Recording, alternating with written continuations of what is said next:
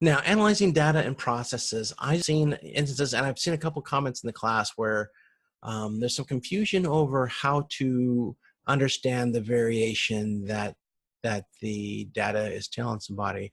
So in general, we use a control chart to show the performance of a process over time. So I'm going to show you a control chart. So we would run a batch of a product, and we would map it over a control chart, and we would have on that chart, you would have specification limits, which basically is the tolerance. In many cases, these are called the voice of the customer, although in, like, for instance, Deming, he usually views inspections as the voice of the customer, and sometimes you'll hear specifications viewed as the voice of the engineer, because the specifications are the design specifications as we interpret the needs of the customer.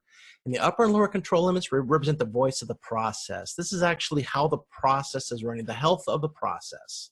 So this is very important because we're going to talk about different types of variation, and in many cases, I've seen where specifications are used as control limits, and that is extremely dangerous because you ignore the health of the process, which basically the health of the system, in determining where this variation is coming from. So as I mentioned here, specifications cannot be used for control limits, and control limits cannot be used for specification limits because they each tell you different information. So if you use control limits as specification limits, you basically are ignoring the design of the system. Okay, you are in general ignoring the intent of the system. Now, specifications, if you use specifications for control limits, which I've seen, you are basically saying that the system will always operate based on its design, which is not true. It's not true at all, actually. It could, but without measuring the amount of standard deviation in your processes, you stand the risk of applying a fix to a problem that could possibly make the problem worse.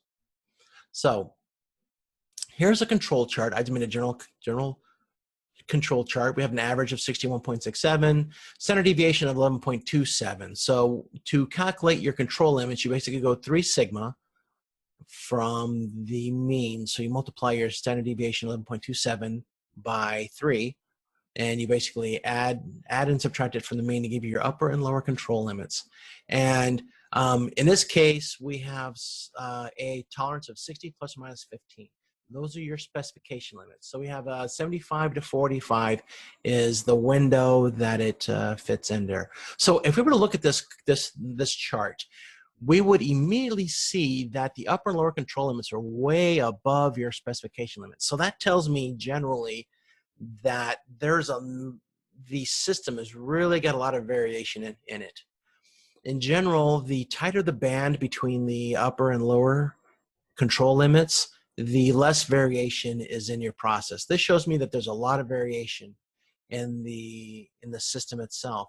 So why do we care about the variation in the system? Well, the variation in the system, there are 2 types of variation that we need to worry about. And the way that we view this chart is very important in understanding the type of variation and the fix that is required to make the variation go away. Once again, if you confuse these 2 types of variation, you could potentially make this worse. Okay. Once again, I've seen managers use the specification limits as control limits, which if you were to do it in this example, you would be thinking that the process has a lot less variation than it actually does. Okay. A lot of people also use the mean as the health of the process, which is also dangerous because it's just an average. If you do a average of 1 and 100, the average is 50. Is that so? If your tolerance is 50, you'd be saying, okay, yeah, the system is working great because the average is 50. But you have 1 in 100. There's so much variation in that system. The mean does nothing to tell you the amount of variation that's in the system. only where the average.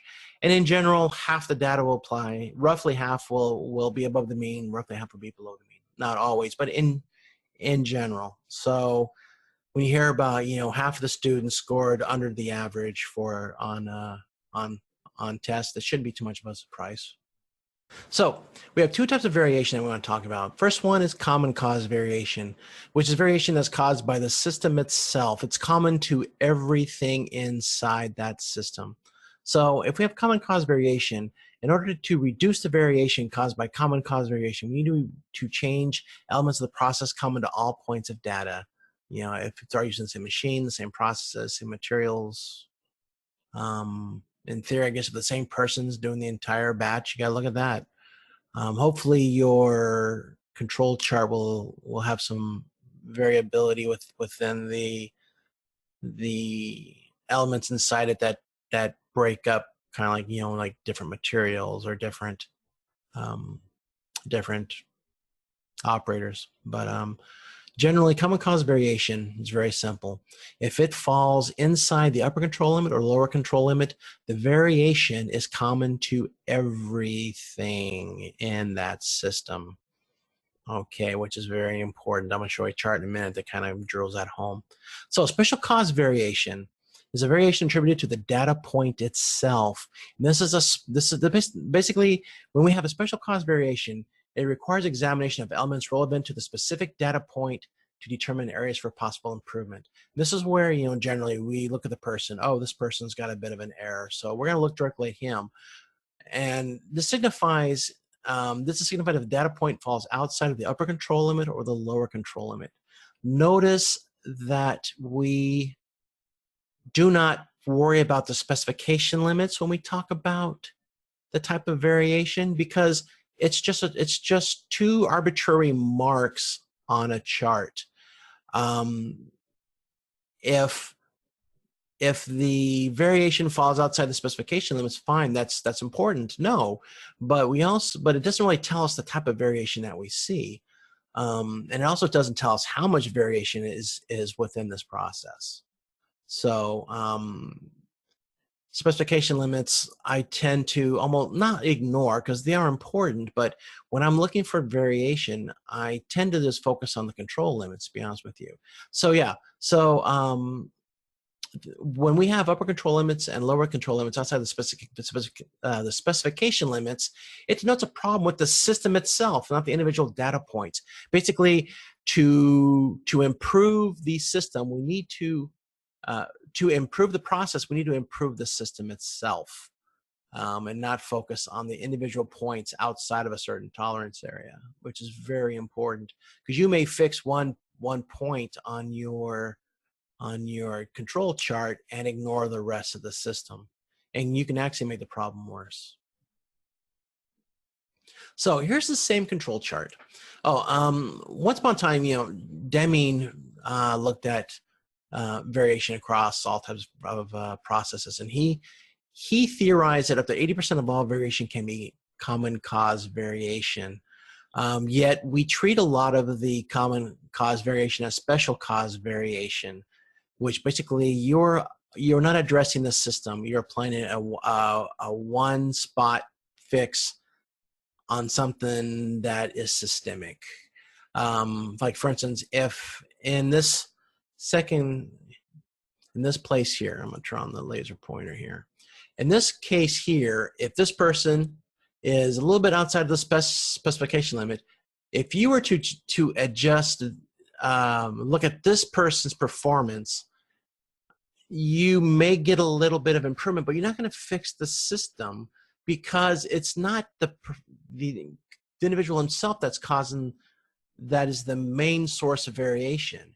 It's the system that is creating it, because we can see here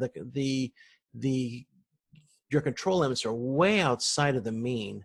So that tells me that you have no control over the system. So any errors created by workers within these two bands is mostly attributable to the system itself and not the individual.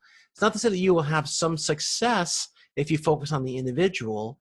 It would be short term, because eventually what will happen, then this person may game the system to make his data look better to avoid from being ostracized.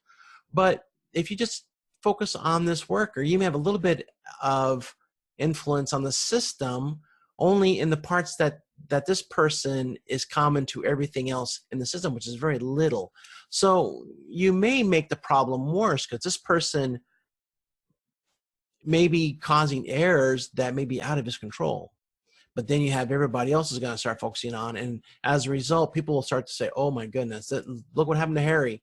We need to focus on our performance, and you start having people doctor the data so that it looks like everything is within your upper and lower specification limits when actually you still got all this systemic variation in your system. Now here we have a special cause. This is where it's outside of the control limits. In this case, you can look for this spot for a specific, for a cause of variation specific to this particular circumstance.